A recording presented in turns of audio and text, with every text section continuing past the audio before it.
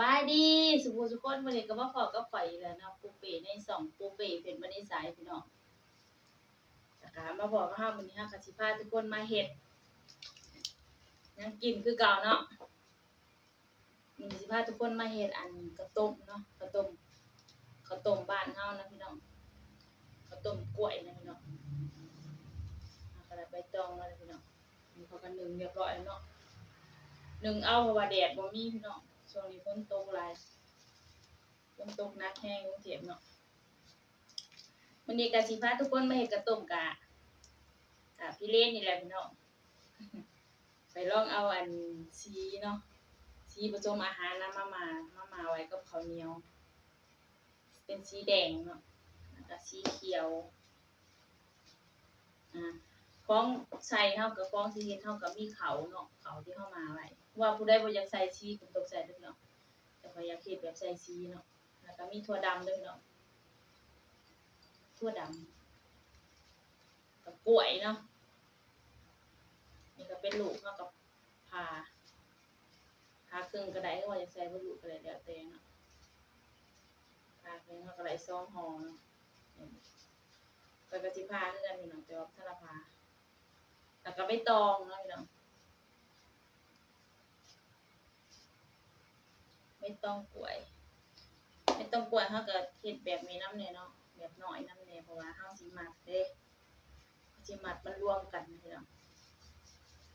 แต่ว่าแนวมัดเฮาก็บ่มีเนาะอยู่บ้านเฮาก็ใส่ตอกเนาะอยู่นี่มันหาซื้อตอกเนี่ยยังใส่ซื้อตอกเนี่ยเนาะเอาล่ะแล้วแรกก็สิใส่ถั่วนี่ก็สิใส่ลงไปในเขาเลยนะใส่ถั่วดำลงไปเลยผสมไปเลยเนาะแล้วก็จังห่อจังง่ายง่ายนี่เนาะบ่ได้อยากอันนั้นบ่อยากใส่ก็ได้แล้วพี่น้องถั่วดำนี่ใส่ลองเบิ่งมาเฮาก็เอาถั่วที่มันแห้งๆเนาะแกะในนี่แทนก็ซื้อเอาง่ายงานอยู่เมืองไทยมันก็ง่ายเนาะหาซื้อเอาแล้วพี่น้องของที่เฮาสิเฮ็ดก็มีส่ำนี้เนาะพี่น้องเนาะแล้วก็เฮาสิพามาเบิ่งที่ห่อเนาะที่ห่อก็แบบง่ายๆว่าเฮามาเบิ่งวิธีห่อกันเลยเนาะพี่น้องเดี๋ยวก็มาเบิ่งกันพี่น้อง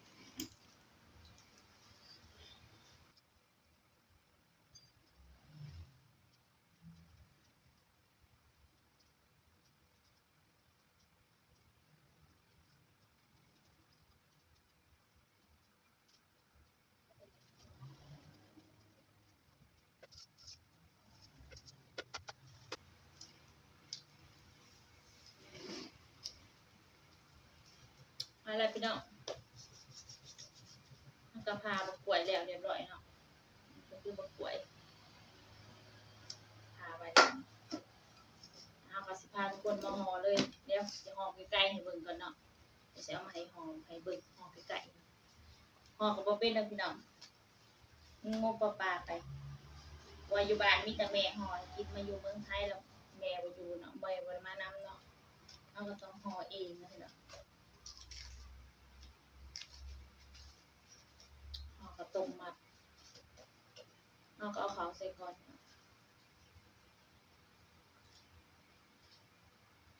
สิห่อสีแดงก่อนเนาะพัดลมก่อนสีแดงก่อนแล้วก็เอากล้วยใส่แล้วพี่น้องใส่ตรงกลางแล้วก็ห่อเลยพี่น้องยัดไปสิเด้อพี่น้องตีบเข้ากันก็พักตัวนี้ลงแล้วแซมมาเบิ่งใกล้ๆเนาะพักแบบนี้ก่อนด้านข้างว่าจะบีบมันเข้าแบบนี้เนาะ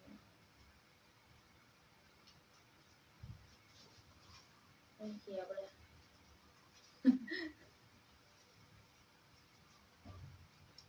บีบไม่เข้าแบบนี้เนาะไม่ต้องถึงกับสั้นๆก็ตั้งขึ้นเนาะ ก็เฮ็ดคือกันนั่นแหละอยู่ข้างๆเขา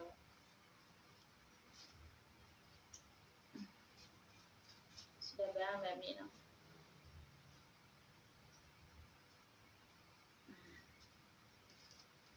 เอาไว้ก่อนเอาลงใส่ก็บ่มีมันเขาจะไว้ข้างล่างนั่นแหละ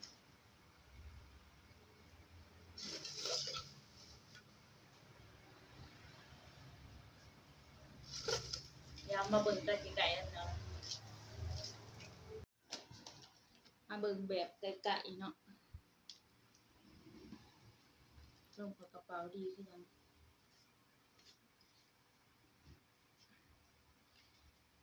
ก็สิเฮ็ดสีเขียวสีเขียวเขียวใส่กับใบตองเลยเนาะใบตองเขาก็สั่นพี่น้องซื้อแบบยาวๆนี่เด้อสำหรับผู้ใดสิเฮ็ด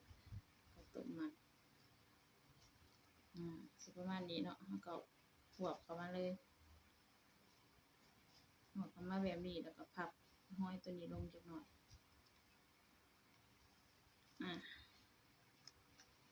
แบบประมาณนี้เราก็บีบหัวตัวนี้เข้าเลยเนาะพับลงมาน่ะก็ตั้งตัวนี้ขึ้นมาเนาะอันนี้ก็ปรับทั้งข้างลงไปเพื่อบ่ให้แม่งอันนี้มันใหญ่กว่านะแบบมันสิเป๊ะลงมามันก็สิบ่งามมันนะพี่น้องสิได้ออกมาแบบนี้เนาะเราก็สิวางไว้แบบนี้สิประมาณนี้พี่น้องก็บัดนี้อันนี้ก็สิลองเฮ็ดแบบผสมกันนะพี่น้องสีเขียวสีแดงผสมกันเนาะบ่ได้เฮ็ดแบบจะเฮ็ดแบบง่ายๆก็บ่ต้องซื้อสีมาผสมเนาะพี่น้องเอาแบบมาเข้าแล้วก็ห่อเลยแล้วก็อยากเฮ็ดแบบนี้เนาะลองเบิ่งว่าสิออกมาเป็นจั่งใดเนาะสิเป็นตากินอยู่นะพับลงคือเก่าพี่น้องพับเรือให้เรือปลายทางนี้จักหน่อยเนาะเพื่อเราสิพับตัวนี้ลงมาเพื่อบ่ให้น้ำมันบ่ให้มันอันนี้มันแตกออกนะเขาบอกมาเนาะพี่น้องเบิ่งแม่พับตัวยังน้อยดูว่าอันนี้เราก็พับลงเนาะถ้าเราพับลงมาแบบนี้เลยมันก็สิบ่งามเนาะพี่น้องมันก็สิเป็นแบบนี้ถ้าเราบีบตัวนี้เข้าตัวนี้มันก็สิน้อย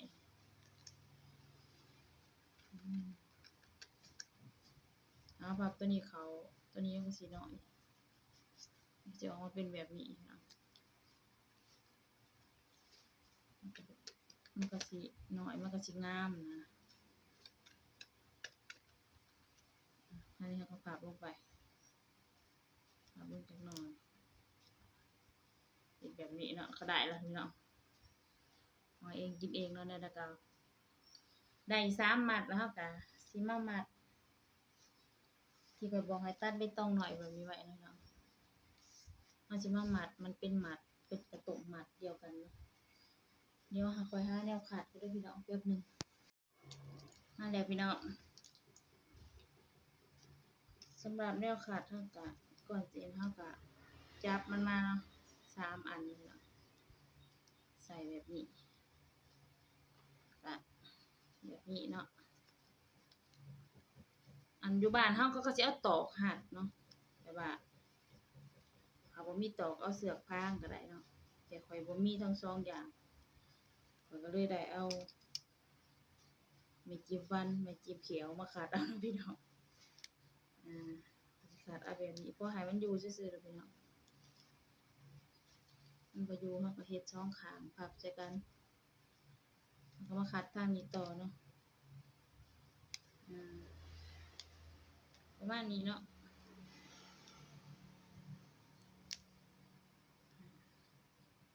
สิออกมาเป็นแบบนี้นะพี่น้องกระตุกมัดแล้วก็เอาไปต้มเนาะก็ต้องมัดแล้วสิให้สิเฮ็ดให้เบิ่งอีกเนาะเราจะก่อยไปต้มกัน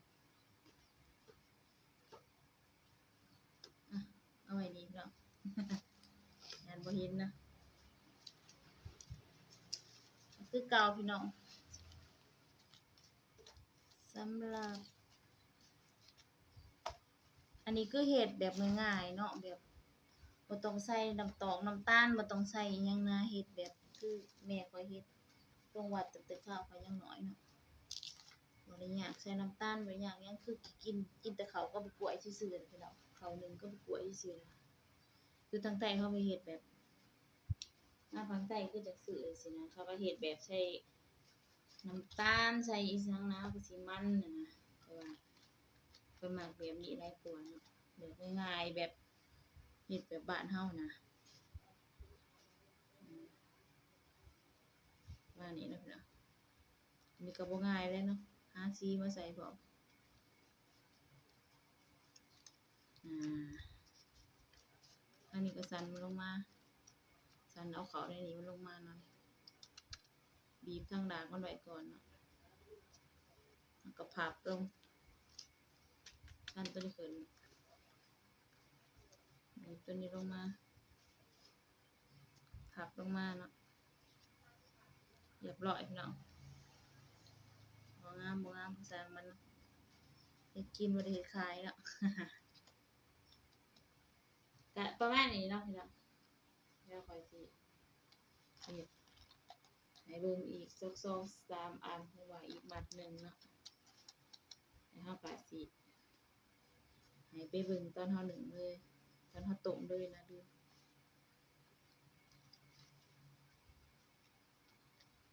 ประมาณนี้เลยเนาะ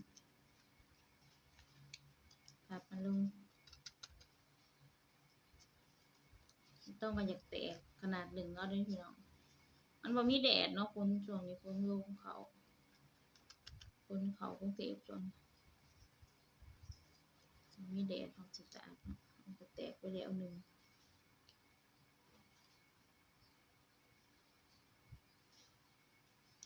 พับทางนี้ลงเอาช่างมันเนี่ยบ่งามช่างมันเนาะเราสิไปหมัดอีกอยู่สิสลับสีกันไปนะพี่น้องสีแดงสีเขียวสีแดงสีเขียวถ้าเบิ่งตอนเราเฮ็ดหนึ่งแล้วมันสิออกมาเป็นจังไดเนาะสิเป็นสีๆแบบนี้บ่เนาะหรือว่ามันสิบ่เป็นแบบนี้เนาะถ้าใบตองใหญ่ก็เอาโปะกล้วยไว้เด้อพี่น้องหรือว่าเอากล้วยลงก่อนก็ได้แล้วค่อยเอาอันนี้โปะก็ได้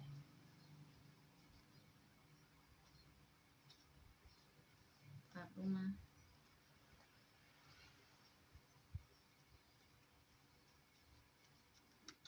สั่นข้างบนเนาะให้เขาเอามันลงอืมก็สิได้ห่อง่ายเรียบร้อยพี่น้องก็ได้2ห่อแล้ว2อันนั้นแล้ว2มัดแล้ว2มัดหนึงเขาก็เฮ็ด3ห่อเนาะคือว่าอยากเฮ็ด2ห่อก็ได้แล้วแต่ไผแล้วแต่มัน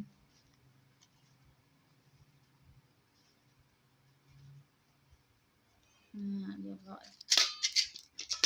เอาคาดไว้ไผได้ปิดประตูพี่น้องสิเห็นไปเด้อ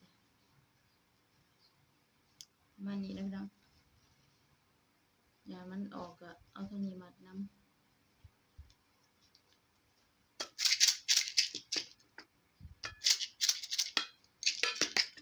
วงไหนมีตอกก็ซื้อตอกมาเฮ็ดพี่น้องเพิ่นว่ามันเสือกฟางก็ได้มันบ่มีเสือกฟางมาโอ๊ะอันนี้จ้ะ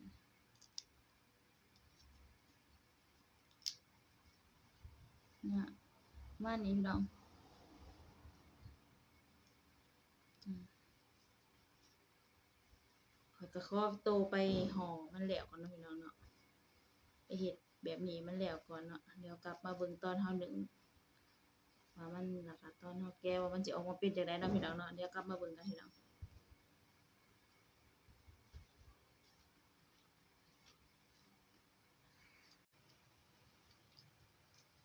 เรียบร้อยแล้วพี่น้องต้มข้าวต้มมัดข่อยเรียบร้อยสุกเรียบร้อยนะคะเอาสิมาเบิ่งข้างในมันเลยนะพี่น้องมันสิออกมาเป็นจังได๋อันนี้จะเป็นสีหยังอันนี้นะสิเป็นสีแดงนะคะว้าวนี่สีแดงเลยพี่น้องงามอยู่เด้งามมาเบิ่งสีเขียวมาคือแม่นใช่ปะสีเขียวนะพี่น้องเขียวเขียวจะได้มันเตรียมไว้แล้วนะกำลังสู้บุกิพี่น้องยังหอนอยู่สีสันหลากสีแล้วหาอันที่มันถูกกันนะพี่น้อง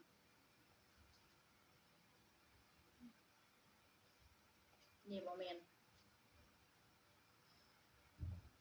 มันเป็นสีแดง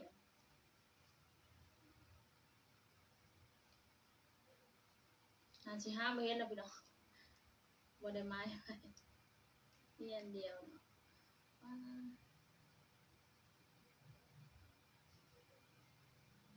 แบบหนึ่งนะจ๊ะแบบหนึ่งนะคะ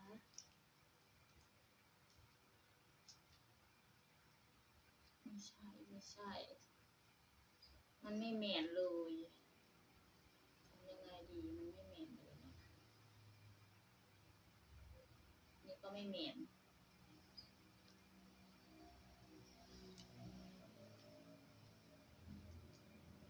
ทำไมไม่ดูก่อนเนาะนี่ก็ไม่แม่น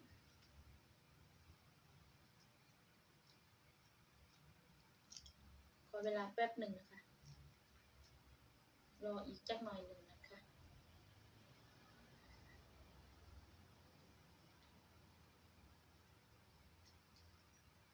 บ่แม่นนะพี่น้อง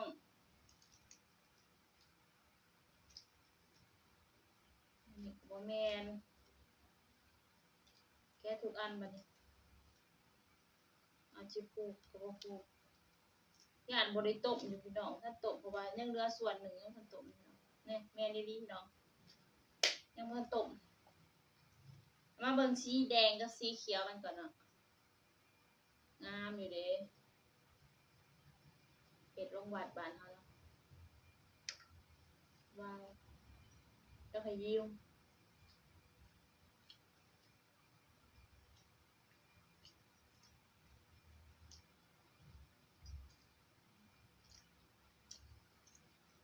รสชาติก็คิดฮอดบ้านเลยนะพี่น้อง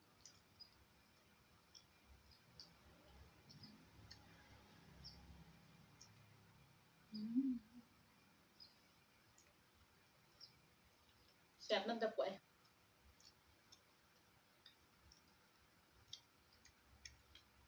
ก็สิประมาณนี้เนาะพี่น้องเนาะถ้าผู้ใดแบบอยากให้เขามาแซ่บเฮาว่าหยังก็เฮ็ดแบบทางไทยเพิ่นเฮ็ดขายเนาะอันนี้ก็เฮ็ดแบบบ้านแบบอีแม่พาเฮ็ดซะง่ายๆสินะกินแบบรสชาติมันแซ่บน้ำกล้วยสินะสิประมาณนี้เนาะเฮาบ่ต้องใส่หยังแบบจะเฮ็ดโรงบาลแบบแต่ว่าบ่มีของอะนะเฮ็ดแบบนี้สีเขียวก็โอพี่น้องสีเขียวก็โอสีแดงก็โอพี่น้องแต่อย่าออกเขียวไปใส่สีหลายเกินไปมันออกจากออกสีดำๆจังหน่อยถ้าเฮาใส่กล้วยหลายๆแฮ่งสิแซ่บนะเนาะแซ่บน้ำกล้วยเอาล่ะพี่น้องสำหรับคลิปเฮ็ดกับต้มหมัดเฮาก็มีส่ำนี้นะพี่น้องสำหรับผู้ใดท่านผู้ใดเห็นก็อย่าลืมกดไลค์กดแชร์กด Subscribe กดติดตามให้ช่องปูเป้เพิ่นเป็นนิสัยเนาะพี่น้องตอนนี้ก็เริ่มมีคนติดตามขึ้นมาหลายขึ้นกว่าเก่านะพี่น้องก็เริ่มมีคนติดตามขึ้นมาแล้วก็จะสำหรับคนผู้ใดเขามาเบิ่งก็จะเริ่มติดตามเฮาเพิ่มขึ้นเนาะให้เฮาให้ช่องพวกเฮาผ่านได้ไวเนาะพี่น้องก่อนก็สิมันออกมาเฮ็ดให้ผู้เจ้าเบิ่งก่อนเขาสิได้ค่อยกินหยังแต่ละมื้อเนาะ มื้อนี้ก็สิพามาเฮ็ดกระต้มมัดอยู่แบบอยู่บ้านบ่ต้องยากใส่หยังหลายสำหรับเฮ็ดกระต้มมัดเฮาก็งามเนาะพี่น้องงามนำสีเนาะก็สำหรับคลิปนี้ก็มีส่ำนี้เนาะพี่น้องเนาะสำหรับคลิปกระต้มมัดก็อย่าลืมฝากทุกคนกดไลค์กดแชร์กดติดตามกดกระดิ่งให้ช่องปูเป้เพชรมณีไสเนาะให้ผ่านไวๆเนาะพี่น้องเนาะก็ขอบคุณสำหรับทุกคนที่เข้ามากดไลค์กดแชร์กดติดตามเนาะก็อย่าลืมเข้ามาเบิ่งบ่อยๆเนาะพี่น้องเนาะก็สำหรับคลิปนี้ก็สิได้ว่าสบายดีพี่น้อง